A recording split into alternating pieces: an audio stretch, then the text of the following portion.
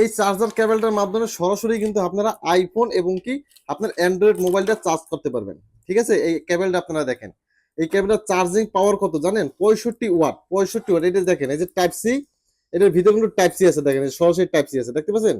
Type C কেবল আছে এবং USB port আছে এখানে।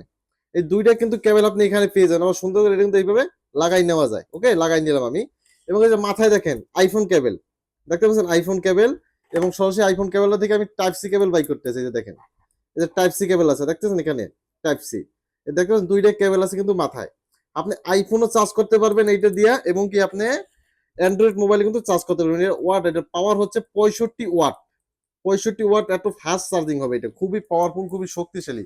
এবং এটা তারও কিন্তু অনেক শক্ত, ঠিক আছে, অনেক শক্ত এটা তার।